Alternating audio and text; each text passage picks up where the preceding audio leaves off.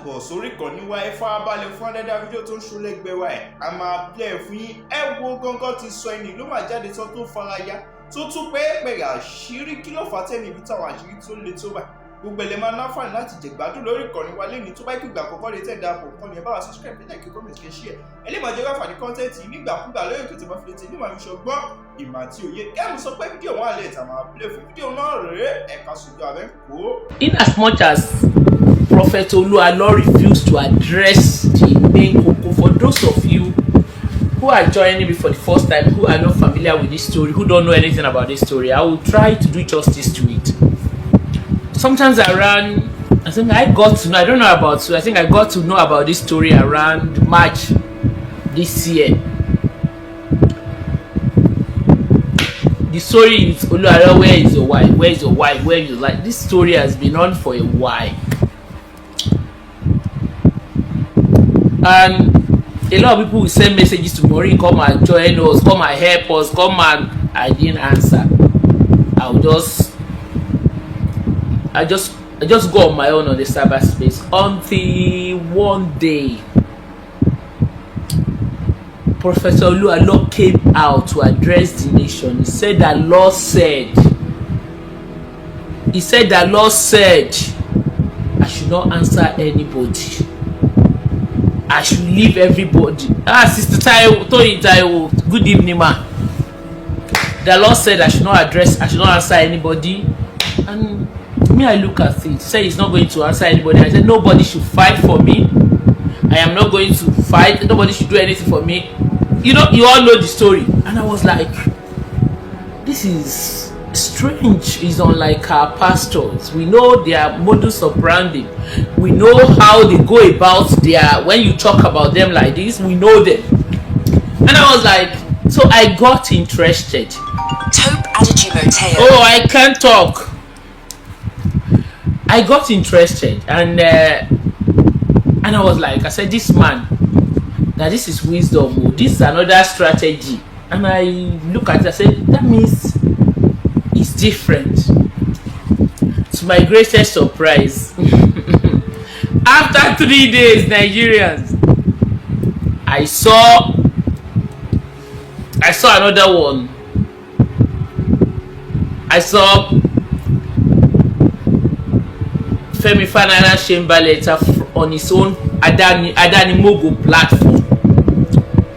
And I said, but this man said, God said. So he's lying. That was why I came out. And I gave my 10 kobo advice. And I said, Prophet Olu Alo, it will be better that we online, wherever, you owe us no explanation. It will be better you face your wife family. Why don't you? When I saw that mama, call her, speak to her, let her know the whereabouts of her daughter. That you owe us no explanation, but you owe your family, your wife's family explanation, the whereabouts of their daughter. That this thing that you are pulling, it won't go away. Oh. But you know, this kind of man show, he continued to show himself. He didn't do anything about it. The Lord said he shouldn't answer, that he will fight for him. Watch a clip where he said he will sue. Is it not, you know, their own God? Their own God speak from both mouths. Ṣebí prophet ló pe rẹ̀ Táíwò Ọlágúnjú. Mọ́mí Cecilia kan bí ẹ̀ka lẹ́bà. Ẹjẹ́ àṣì máa pè ní nǹkan tó pe rẹ̀. Oh, to my greatest surprise. And I was like, God did not. Mo ló ń dẹ mo ni pé tó bá yá odi máa lahùn. So, and honestly, I said my own. I didn't want to do anything. I only said my own, and I reminded him what happened what I said about him few years ago. Somebody from his member brought it from Finland and all of them. I didn't want to do anything, honestly. But to my greatest surprise, the whole thing began to. The next thing I saw, Mama, the mother-in-law cried out. she was crying. When I saw 80-year-old woman crying, and I know that this thing is serious. And before you know it, every other people, every other odi woro si woro, and this man still did not answer anybody. And I was like, which kind of man of God is this? Which type of man of God? This is another man of God though. And that's how my inbox was full. Paro inbox me was full. People were just call me, and this àwọn ìyá àgbàlagbà méjì kan wá. They now cried to me that Maureen, please assist us. And that was how I got into the story, and I found out that a lot of lies are going on. So the counter, the originator, Rotimi, brought this thing to the limelight, and kudos to him. He did a great job. Sebolu Alo la ohun sin. Mama is crying with care, requesting to see her daughter, to hear her daughter, and this pastor refused to do it. Mo wá wò pé ẹ gbà mí irú pastor wo lélẹ̀. So that was how. But Ọlọ́run ò ní sọ̀rọ̀, Ọlọ́run ní kò má sọ̀rọ̀. The same Ọlọ́run yẹn ti tún wá bá sọ̀rọ̀ ó sì pé ó yá lọ jà ó lọ sùn wọn lọ jà ó. Ọlọ́run tí wọ́n máa ń sọ̀rọ̀ pẹ̀lú ẹnu gbogbo ní ayayayayaya ẹ̀yin sàkárà dé yẹ ẹ lè change. For those of you who are wondering why kí ló kàn wá, you see, safeguarding issue is a collective responsibility of every one of us. It's just like, no, this is a safeguarding issue because children under 18 meta over involved. So for those of you that feel kilo kan wá tí ò bá kàn wá so far tó ti gbé case wọn wá sí cyberspace or social media, ó ti di collective responsibility of all of us. And I understand the issue of safeguarding very well. When it involve children, you need to speak. So you all know I traveled to Lyon. When I found out that it was ọ̀tọ̀ làwọn pastor kan tó gbé àwọn kan, we have two factions on this cyberspace. Àwọn kan they are pro Olu Alo, that one they are for Olu Alo, that one they are for Mama Ijesha. So àwọn tó Olu Alo wá bẹ̀rẹ̀ sàkámàjẹ yìí. Hey! Àwọn ayẹni gíga fún ẹ̀yin tí ẹ bá ti mọ̀, àwọn pastor, àwọn kan àtàwọn blogger kan wọ́n kàn gbárọ́ ní Olu Alo's wife ó ti lọ Canada. The man came on my platform. He told the whole world that ìyàwó Olu Alo àtàwọn ọmọ ẹ̀ ti lọ sí Canada pẹ̀lú ó ti lọ bá àwọn ẹ̀gbọ́n ẹ̀. Wọ́n lọ́mọ màmá mẹ́rin ló wà ní Canada. You all remember the 70-year-old Sakamaje tí ò gbójú ẹ̀ jáde ní Lẹ́kìtì tó parọ́ mọ́ ìyá àgbàlagbà yẹn. So it is irọ́ yẹn kàn lọ. So I decided to like, this is nonsense. But all this damage control is not going to work. Bí mo ṣe ń jáde tí mo mú damage control tí mo ti gbàlúbọ̀ until I finally got to France. Ní oríṣiríṣi wá jáde wá tùró agbẹ̀kẹ́. Actually ìgbà tí mo dé France ṣe ni mo gbọ́ kí tó lọ France Olu Alo where is your wife lèmi sọ. Nígbà tí mo dé France mo find out pé ìyàwó ò sọnù, pé Olu Alo àti ìyàwó ẹ̀ gan ìyàwó ti ń sá fún láti bí for a long time at least. Yes, Mr. Taiwo, ìyàwó ti ń sá ilé tó rà sí ẹ̀tẹ̀ tàbí ẹ̀jẹ̀ ìyàwó kalẹ̀. Nǹkan tó lè mú ìyàwó kó fi ilé tí ọkọ ẹ̀ rà fún ilé tó náà rà síbẹ̀ ó kalẹ̀ tọmọtọmọ.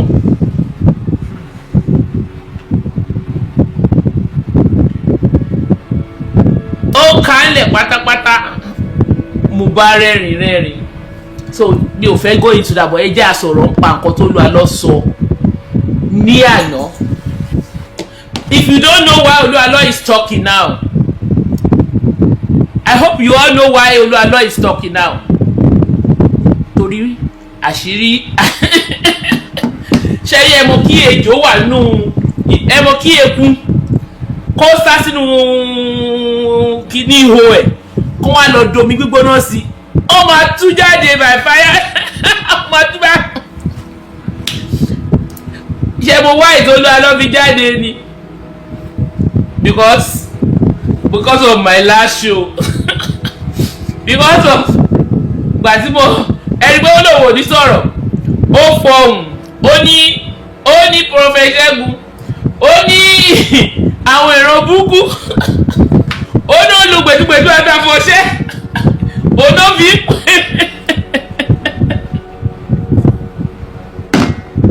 mo lè rẹ́rìn ẹ̀yọ́ ọmọ Nàìjíríà mo ní ó ga o èmi wá jáde last show mi I did a show and I told him èmi ò bẹ̀rù yín o ẹni bá fẹ́ lọ kóòtù kó gbọ́dọ̀ kóòtù lọ o. If it is true, it is not defamatory. And besides, màá wá mọ̀ and you said something, so màá mú ní kọ̀ọ̀kan ni o gbogbo answer ẹni máa fún ẹ because now yes, now God has given him the go ahead to speak and God has given him the go ahead to go to court. Oh my Lord, I love this. Turning the next stage, ẹ jẹ́ ká máa ṣe lọ. Mo ti ní mo jáwọ́ nínú ọ̀rọ̀ ẹ̀yin pásítọ̀ yìí pọ̀ ó dà pé Olu Alo yìí a máa enjoy mo padà fully. And you said something and I want to correct that wrong impression for you to know. You said àwọn tó fi show ẹ.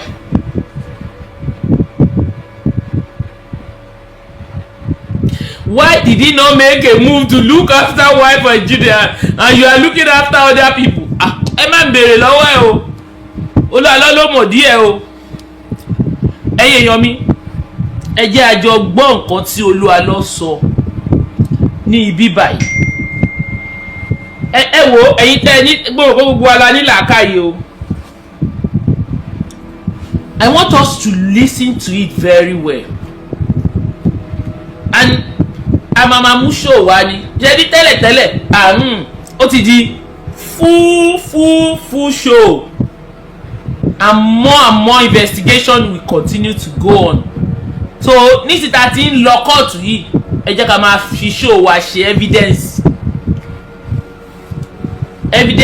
àmàmà ṣe show ẹ gbọ́ báyìí o ẹ àmà ṣe show ẹni tó Olu Alo bá tó ti abuse rí ẹ jáde.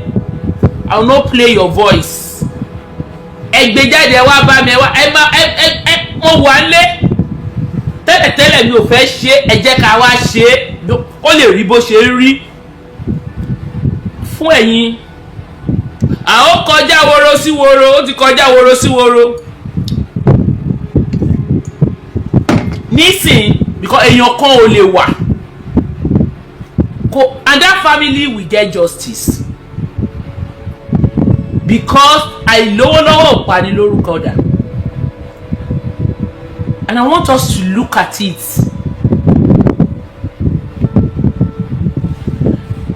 Nísìnyí àti fẹ́ lọ kóòtù ẹ bá gbọ́ ìgbà wọn halẹ̀ ìmọ̀ àwọn tó ń halẹ̀ mọ́. Gbogbo àgbáyé ń béèrè lọ́wọ́ ẹ̀ látijọ́ ìkó sọ bí tí ọmọ wọn wà ó lè sọ. Ojú òwà tí ẹ̀ wá bọ́ síta wá ń sọ kátikàti. Ẹ jẹ́ gbọ́ because gbogbo nǹkan tó sọ pátápátá ló lé sí.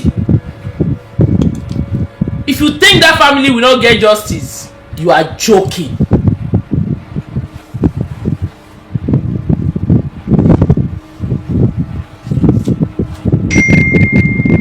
If you think that family will not get justice, you are joking. Mo ti tẹ́lẹ̀ mo ní mi ò ṣe kankan mo máa ṣe show ẹ̀ máa jókòó tiẹ̀ mi this time around full show and with full analysis. and we meet in court. And you said something that don't really do mommy. Ó ní àmọ̀ pé citizen ìlú méjì ni ẹ́. Jẹ́ ìkọ́kọ́ fún ẹ ní that one appetizer ni o. You are citizen of 2 countries. Ẹ̀yin ọmọ Nigeria. Ẹ̀yin ọmọ Nigeria, I get it. This man is a citizen of 2 countries according to him. I have it on tape. But he took his wife and children, the official wife and children, lọ sí France láti lọ seek asylum. So àwọn ìyàwó àtàwọn ọmọ ẹ̀yẹn, oh my God, wọn ò lè jẹ́ citizen bí tó wà. And you are married. Àmọ́ bó ṣe ń get citizen, ṣé o mọ̀ pé lóyìnbó yìí ló bá wa? Àwa ti wà lóyìnbó kí wọ́n tó dé. Ṣebí you are citizen of 2 countries.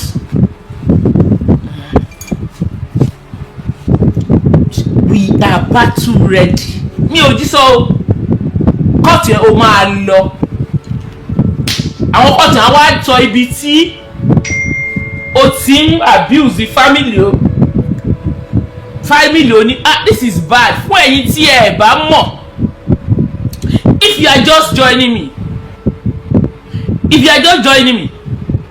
this family has been asking Olu Alo about the whereabouts. Ṣé rí Olu Alo mú ọmọ wọn kí tẹ̀ tó play kíní fún ẹ̀yin tí ò bá mọ̀. You made your family a refugee. Ìwọ dẹ̀ jẹ́ citizen of 2 countries. Ó dẹ̀ dúró sórí ọ̀tà. Ó dẹ̀ ń sọ. Ṣé rí ẹ̀yin kan nínú ẹ̀yin tẹpẹ́ra yín ní òjíṣẹ́ èṣù yìí? Ẹ ní conscience kankan rárá. Agbo ọ̀dájú lẹ́wà. Ọmọ ọlọ́mọ ti ń jìyà láti 2016, and you boldly come online to tell us that you are a citizen of 2 countries. So ọmọ lọ fi wọ́n sínú bẹ̀ láti lọ wá jìyà ni. Ẹ̀yin oyin mi, ẹni tí ò bá yé ẹjọ́ oyé ẹ̀yin sìn. Family Prophet Olu Alo ó mọ ọmọbìnrin yìí kò pé 3 months. This lady ó ní boyfriend ti tẹ̀ tó ń fẹ́ o. Ẹ̀yin èèyàn ẹ máa gbọ́ o. Ó ní èèyàn tó ń fẹ́ o. She is a Christian. Ọmọ Ọlọ́run tòótọ́ ni. They had misunderstanding. Ó lọ sórí òkè ló ṣàgbákò yìí o. Bó ṣe débẹ̀ ṣe mọ̀ pọ́mọ ológo tẹ́lẹ̀. Ó máàkì wà lára ẹ̀. For you to see it, for you to know, ẹni pé kèsì ẹ̀kọ́ kò lọ, ó continue to trend. That goes to say she's a glorious child. Bó ṣe pàdé apàdé pastor yìí oṣù mẹ́ta wọ́n sáré arrange marriage. Ẹ máa jí o gbogbo ẹni tó ń gbọ́ mi. Láàárín oṣù mẹ́ta tó ń pàdé Ìyábọ̀, Yẹ́misí, Òbé, láàárín 3 months. Even àwọn ẹ̀gbọ́n ẹ̀ kankan, àwọn ẹ̀gbọ́n ẹ̀ kan sọ pé no, ṣé kò yá jù, kò fẹ́ gbọ́ mọ́ bọ́n ṣe ṣèyàwó nìyẹn. Ẹ mọ ilé ibi àwọn red flag tí àwọn family yìí tí ó yẹ kó ti dìmú báyìí kó má jẹ́ kó ọmọ wọn wọ inú nǹkan tó wọ̀ yìí. Wọ́n ní ọjọ́ wedding wọn. Ẹ̀yin èèyàn ẹ máa gbọ́ o. Àwọn wòlíì wa ń bí. Wọ́n ló yarí ó lóun ò lè dọ̀bálẹ̀. Ó lóun fẹ́ fi owó ra ìdọ̀bálẹ̀. Bàbá Méjọ̀ ló yarí pé no. Àwọn ò ní fún lọ́mọ tí ò bá dọ̀bálẹ̀. Wọ́n ò tètè rí. Ó ń fi ọmọ yẹn há káàkiri. Àtó má rí kò gbálé kò mú ọkọ ṣèyàwó. No honeymoon. No enjoyment. This my relationship. Tí ọmọbìnrin yóò gbádùn marriage ọjọ́ ló 1 month rí àsọkọ àtìyàwó. Bí ọmọ ó ṣe ń fi ọmọ ọlọ́mọ há káàkiri láti gbà yẹn nìyẹn. Now fast forward to 2026. The first abroad tó bá kọ́kọ́ mú lọ sí Italy, wọ́n padà. The second one báyìí wọ́n gbé lọ sí France àtọmọ méjì pẹ̀lú oyún, wọ́n ní kó lọ jà dúró, ọkọ ló sọ gbogbo nǹkan tó máa ṣe fún wọn. Ọkọ oní citizen 2 countries. Àwọn citizen 2 countries tí ìyàwó ẹ̀ ò lè benefit ńbẹ̀ tó lè lọ sí asylum. Ẹ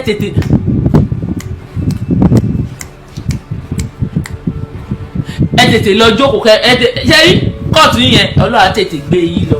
Ṣé ẹ lọ ń jà ìjọba France ló lè ní.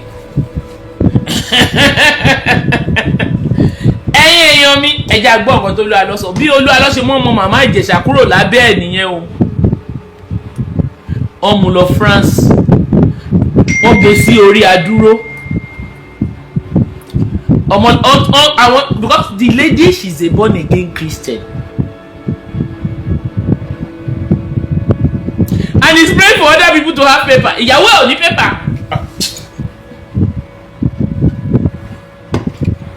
Ẹ̀yin èèyàn ṣe mọ̀ pé èmi tó bá jẹ́ mi mò ń parọ́ ojú òun ló ń pa àwọn èèyàn ti bèrè Maureen ó lóun ò bá ìyàwó ọjà bóyá màá play òun bàbá ìyàwó ẹ̀ fún màá play ẹ̀ fún.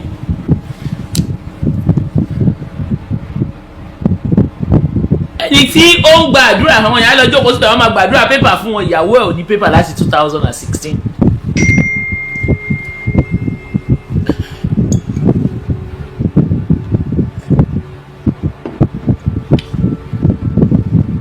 Ìyàwó ó gbé ìyàwó lọ, òun ló mọ ọmọ kúrò Nàìjíríà. Wọ́n ní ìyá Ìjẹ̀ṣà ní until 4 years ago, ṣé 4 or 3 years ago, ọmọ ò bá òun sọ̀rọ̀ mọ́. How did he get the second citizen? Ẹnu ẹ̀ ló sọ ọ́ máa bá yín sọ ẹ máa gbọ́. Ó sọ síta ni ẹ mọ̀ pé téèyàn bá ń bínú gbà mí ájú àwọn akọ́dé ẹ̀ mọ bó ṣe ń lọ. Èmi mọ̀ pé ó ní ti Europe àti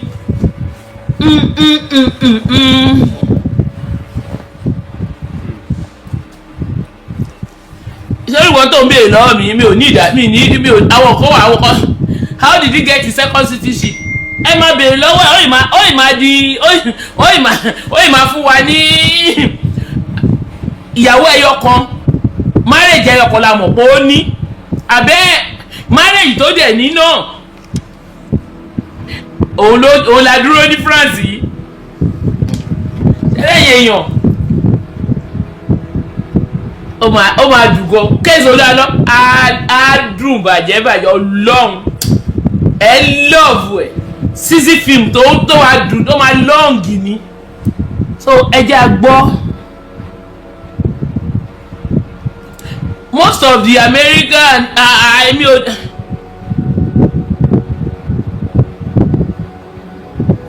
is he sure mercy of David as his program topic, but he said has not.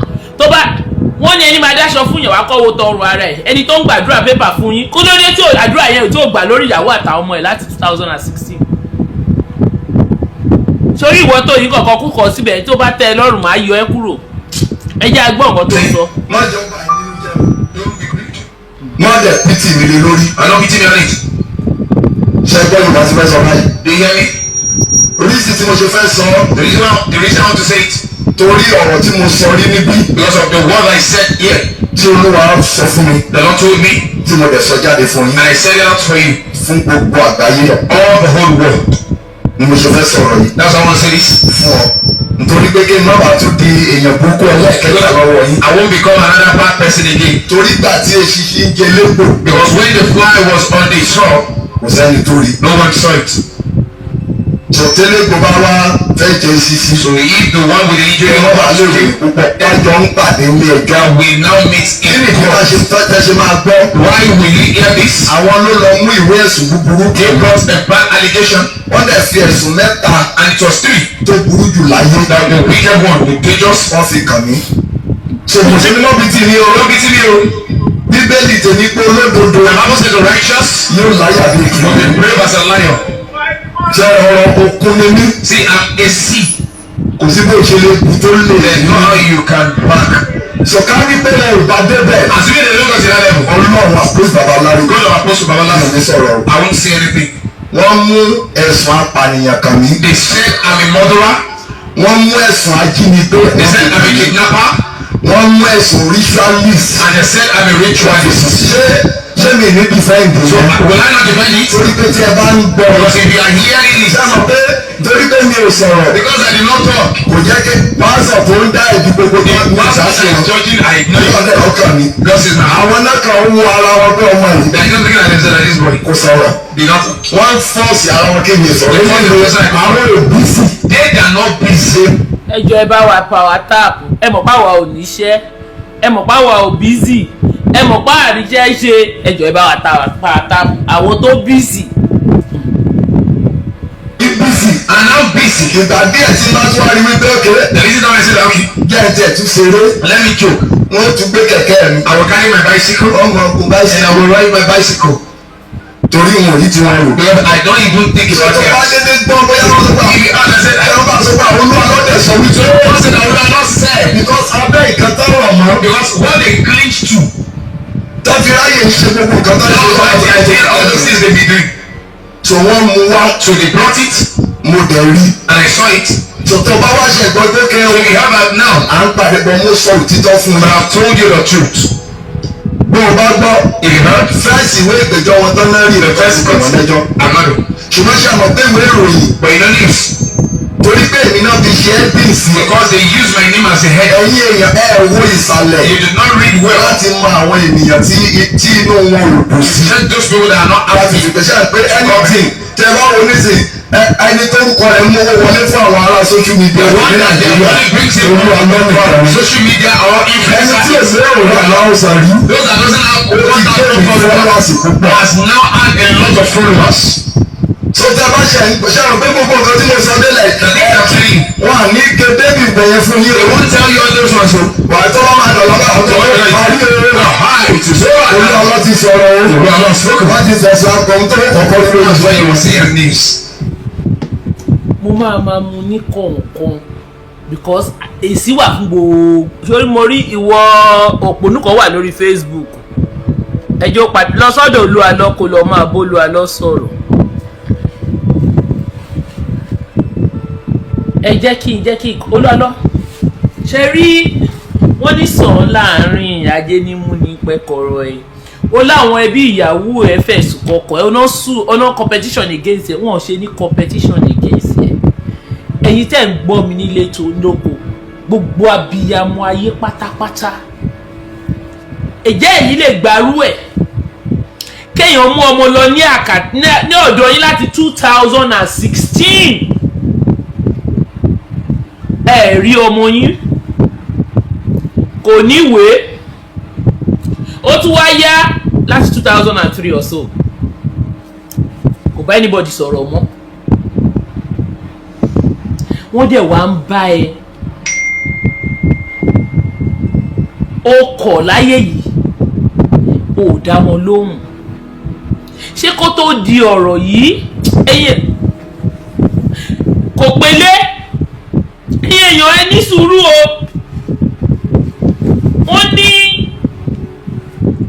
wọ́n ní ká tún dá ọmọ ẹyẹ lóró ṣèbó yẹ ká fi ọ̀rọ̀ rora ẹni kò sẹ́ni tó fẹ́ bring ẹ down kò sẹ́ni tó wà after ẹ kò sẹ́ni tí ó ní mind láti no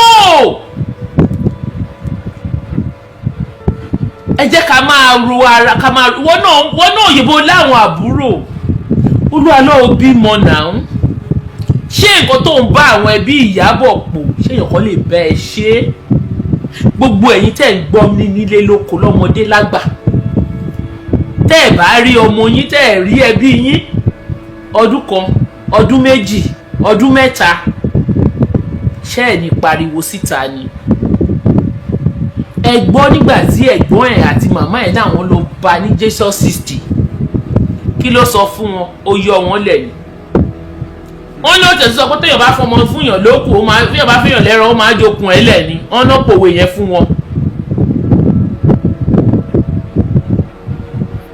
ó dẹ̀ sọ ibi tí ọmọ wọn wà ọdún kìíní ọdún kìíní ọdún kejì ọdún kẹta kí ló dé ẹ̀dẹ̀ bẹ̀rù Ọlọ́run ó wá ṣe bí pé òun lọ́lọ́run kò bá dá màmá lóhùn for a long time.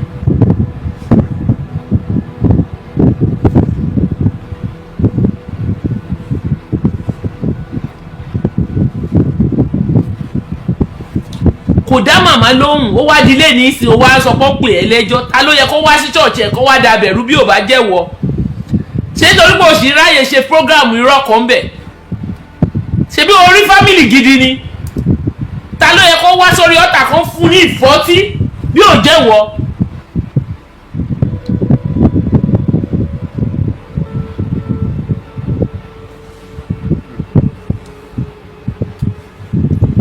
ta ló yẹ kí wọ́n dè láṣọ mú ṣebí wọ́n ló mọ́ ọmọ wọn kúrò ní abẹ́ wọn téèyàn bá fẹ́ yàwó ẹjọ́ téèyàn bá fẹ́ yàwó ṣé kò ó fẹ́ ó dẹ̀ detach from àwọn ẹbí ẹ̀ ni ìwọ́de ń gallivant the whole world ìyẹn dẹ̀ wà station in one place kò lọ wájú kò lọ sẹ́yìn kò pass ló wà lójú kan ẹ bẹ̀rù Ọlọ́run náà.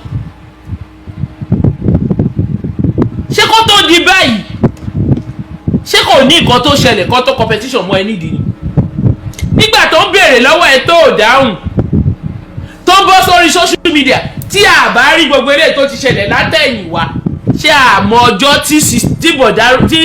tí Rótìmí Daniel tó ti jáde tó ti ń bá ẹ sọ where is your wife where is tá a bá wá rí gbogbo ẹ̀ ok wọn ò bá ẹ sọ anything látijọ́ yìí tí wọ́n bá jẹ́ ènìyàn Ọlọ́run tó pe rẹ̀ o tó bá jẹ́ pé ẹ̀mí Ọlọ́run wà lára ẹ̀ bí o ṣe pe rẹ̀ lẹ́mí Ọlọ́run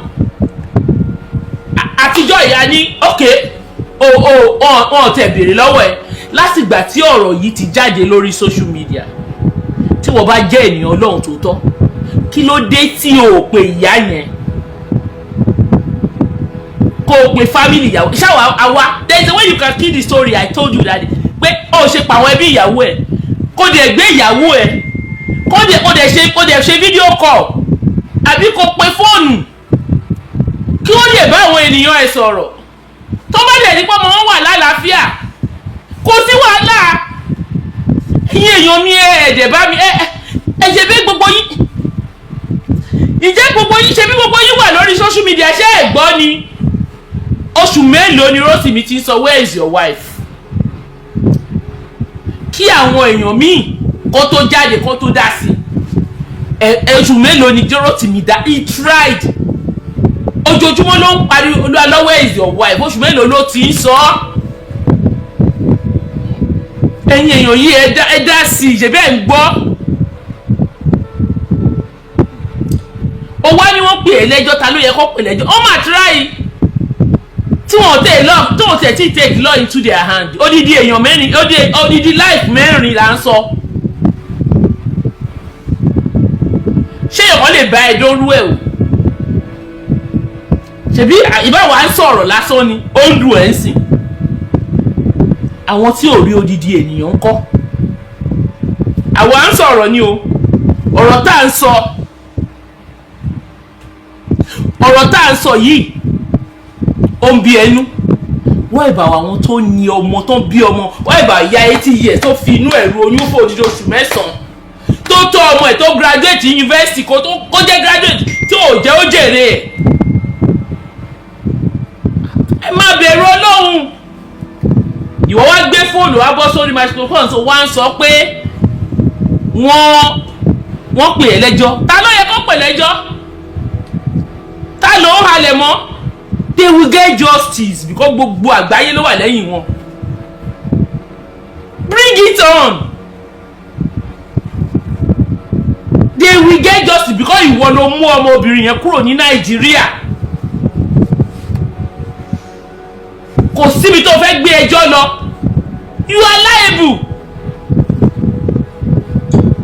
mi ò mọ̀ bóyá mi ìmọ̀ àwọn tó wà àti ẹjọ́ àwọn tí ẹjọ́ ń bára yín sọ̀rọ̀ tí wọ́n tẹjọ́ kóra yín jọ tẹ́lẹ̀ ṣe ministry òfò tó lè bẹ́ẹ̀ sòótọ́ ọ̀rọ̀ kí ló cost ẹ tó o bá fẹ́ ọmọ wọn mọ́ ilẹ̀ Yorùbá ni wọ́n náà tó o bá fẹ́ ọmọ mọ́ ọ ajẹ́ sọ pé ẹ ti kọra yín o.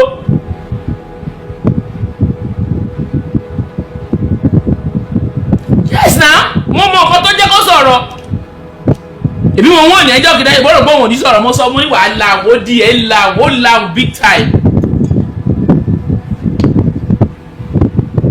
báwo ni wọ́n ṣe ń ṣerú ìwà bẹ́ẹ̀ tí ò bá jẹ́ ó pè é lólè ó ń gbọ́ ọmọ ẹranjọ́ ṣebí wọn ló mọ́ wọn kúrò Nàìjíríà wá dá ṣé wọ́n bẹ̀ẹ́ kọ́ mu lọ lóyìnbó ni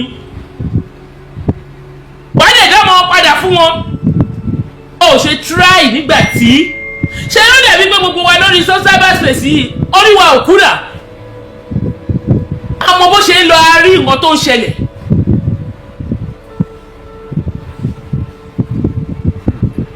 ó mú ọmọ kúrò lákàtà àwọn òbí ẹ̀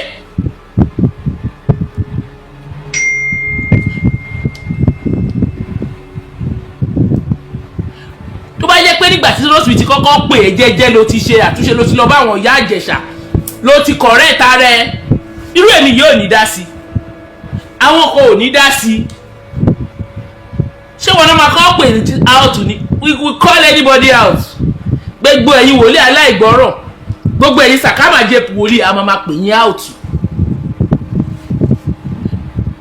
so ó fi pé you are somebody ó kọ́ ó dá ọmọkùnrin yẹn lóhùn kó tó degenerate to this level ṣó ṣàdédé dáhùn ni ó ṣàdédé dáhùn náà.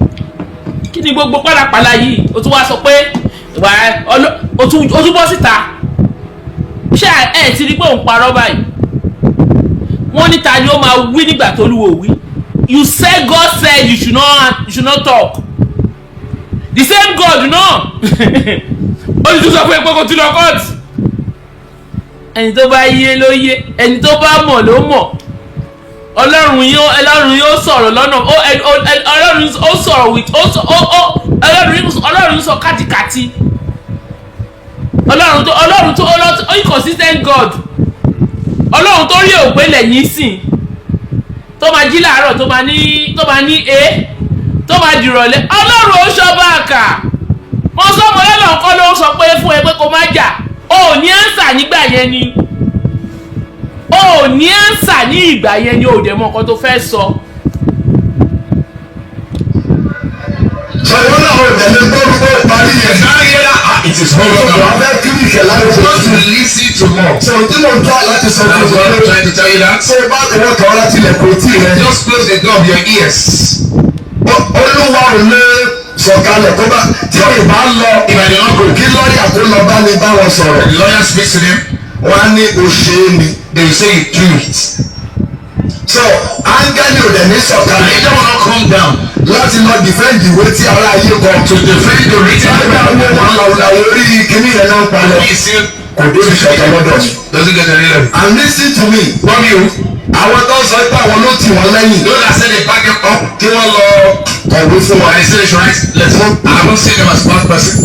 Inú ọkàn mi mo ti ń sọ eléyìí o. In my heart, I'm saying, Torí tí wọ́n á pé mo rí wọn bí èèyàn because if kan. I see them as one person, Mi ì ní tọ́jú màmá yẹn mọ́. I won't take care of that woman Mi ì again. ní dá sí ẹbí wọn. I won't even Wọ́n á ṣe èèyàn búburú I lọ́wọ́. won't give that person with me. Títí di àárọ̀ yìí. So this money, Ilé mi ni màmá yẹn ti ń gbé. but that woman, Olú Alo sórí o máa ń pa irọ́ ẹjọ́ ẹ̀yin èèyàn mi àti ẹ̀yin ọmọ chọ́ọ̀chì Olú Alo níbo ni ilé Olú Alo wà Adó ni ilé ẹ̀ wà Olú Alo Ìfàkì ni màmá ń gbé at least àwọn tó lọ interview màmá ní níbo ni bàbá Méjọ ń gbé ẹ̀yin ọmọ Nàìjíríà ẹ̀yin èèyàn níbo ni ilé Olú Alo wà ṣé rí níbo ni ó ní títí di àárọ̀ yìí prophet lẹ́pẹ̀rẹ̀ yín ẹ̀dẹ̀ jókòó sórí ọ̀tà ẹ̀dẹ̀ ń pa àwọn irọ́ ńláńlá yìí kí ló dé ta ni ènìyàn Ọlọ́run o Olú Alo títí di àárọ̀ ilé ìyá ẹ̀ ń gbé Ọlọ́run o ẹ̀yin tẹ́ ẹ tẹ̀lé ilé Olú Alo ẹ ti sọnù Olú Alo níbo ni ilé ẹ wà mò ń béèrè lọ́wọ́ gbogbo ẹ̀yin tẹ́ ń tẹ̀lé Olú Alo níbo ni ilé ẹ wà ilé Olu Alo ṣé ẹjọ́ mi ò ṣọmọ Èkìtì ṣé ìfàkì ní ilé Olu Alo wà ẹ dá mi lóhùn ẹ̀yin ọmọ orí ẹ̀yin Èkìtì tẹ́ wà ń bí Adó Èkìtì ẹ jèrè ẹjọ́ níbo ni ilé Olu Alo wà ẹ dá mi lóhùn o.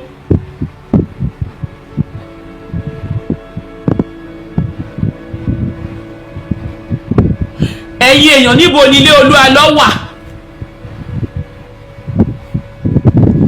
Ìdó Prophet Elijah Adesina he built house for the mother. Ṣé ìyá àti ẹni àbí ìyá ìyàwó ó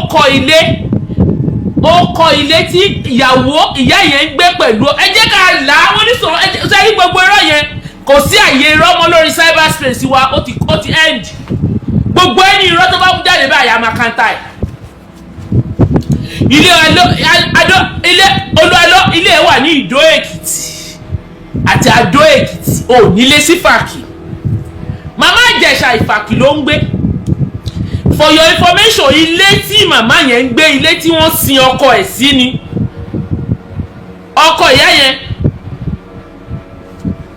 onímọ̀dá ìlọ àìmí ilé tí kò kọ́lé fún ìyá ìyàwó ẹ̀ ẹ̀yẹ́ máa pààrọ̀ ilé Olu Alo ni ó mú ìyá ìyàwó ẹ̀ kó máa gbígbà ilé tí ìyàwó àtọmọ ẹ̀ ń gbé kí Eleyi tí yín prophet tó ń sọ̀rọ̀ yìí màá dé educate ẹ because ó dà pé òun mọ nǹkan tó ń sọ and I will tell you àsìkò irọ́ yẹn ó ti lọ gbogbo irọ́ tẹ bá pa àá máa jà lórí cyberspace yìí ṣe rí ilé tí ẹ sọ pé ó kọ́ fún ìyá yìí kò kọ́lé fún ìyá ìyàwó ẹ̀ kò kọ́lé fún ìyá ìyàwó ẹ̀ ó kọ́lé ara ẹ̀.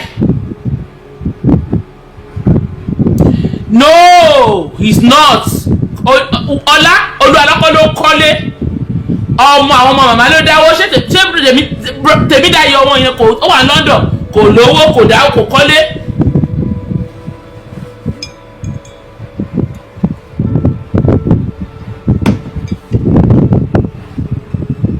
Jẹ́rí wọ̀nyí ẹ̀yí kan mi ò tẹ̀ ní dá yín lóhùn jẹ́rí àwọn kan tí mo bá fẹ́ distract màá ràn yín lọ síbi tí ẹgbà rapture mo ráyè fún ẹ̀yin tí òye Olu Alo kọ́ ilé ní Adó ilé tí Olu Alo kọ́ ní ilé ẹ̀ ní ibẹ̀ ni Ìyábọ̀ àti ìyá ẹ̀ ń gbé Ìyábọ̀ torí Olu Alo ò kì í wá dédé torí afẹ́sí fàjà ní Olu Alo máa ń wá lẹ́ẹ̀kan ó lè jẹ́ wọ́n ní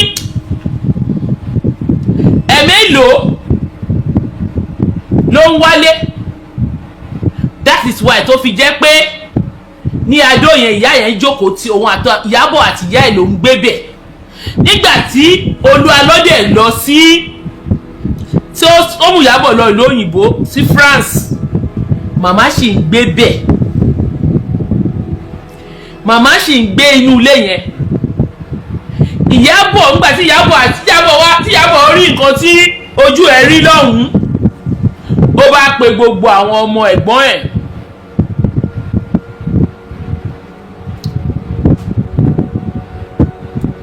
ó wá pé mi ò ní ẹyọkan tèmi kàn fẹ́ yẹ kẹ́ mọ̀ Adó ní ilé Olu Alo wà ibi tó ń sin bàbá ìyàwó ẹ̀ sí Ìfàkì ni àwọn ọmọ màmá ló dáwó jọná làwọn kọ́lé so Olu Alo kọ́ ló kọ́lé màmá ò gbélé ẹ̀ so wọ́n máa sọ ọ̀rọ̀ máa sọ dáadáa ìgbà tí ìyàwó dẹ̀ rí pé ó dẹ̀ pé ìyá ẹ̀ pé kó kúrò ní Adó yẹn because the last video tí mo ṣe tí ò yé àwọn èèyàn